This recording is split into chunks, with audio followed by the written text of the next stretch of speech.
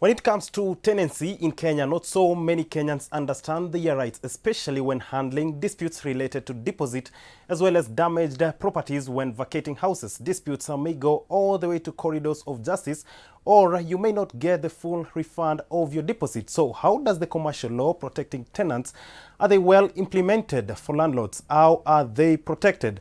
Under this law, I spoke to commercial litigator Eric Thige. I believe that it's a yes and no question. Yes, in terms of their laws, which specify the duties and obligations of tenants and landlords, but no, in terms of that the laws that are in place are deficient. And other than the deficiencies of the law, also the implementation of the law is lacking, so that you meet landlords and tenants, if I may say, taking law into their own hands and resorting to self-help measures. But generally, I would say yes, there are laws that are in place to protect both landlords and tenants from harassment by each other.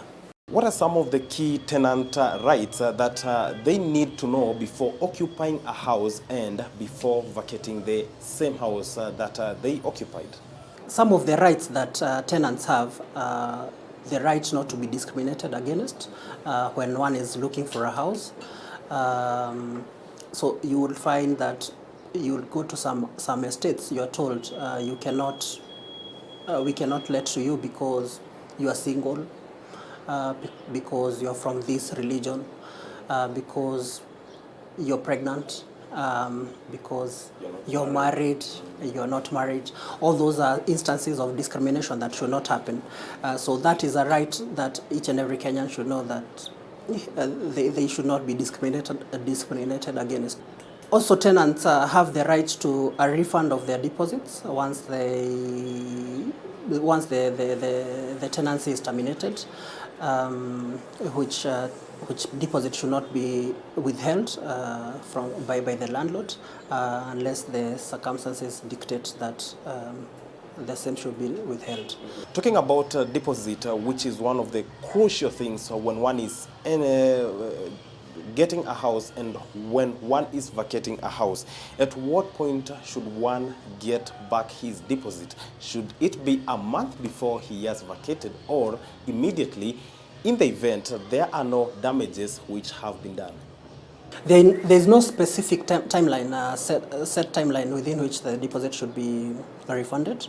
It will all be dependent on the tenancy agreement between the parties.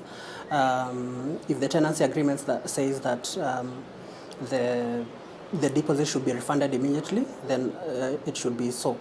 But let's say there is no tenancy agreement, which in most cases within the country there are no tenancy agreements, then it should be within a reasonable period. If the payment of rent was happening within a month, then you should expect that the deposit should be refunded within a month. Yes. During these COVID-19 times, we've seen so many cases of tenants being evicted. How would you talk about this situation in the country?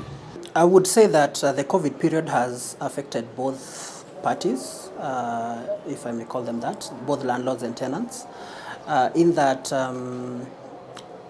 tenants have not been able to go to work. Then that would affect the business premises in, let's say, within town. But this tenant is also living at a place where probably he has rented, which also affects the residential tenancy that they may have. The solution to that, most of the solutions to that we have handled have been to renegotiate with the landlords. Also, if you're acting for the landlord, then to renegotiate with the tenants, such that we come to an agreeable solution to both of them.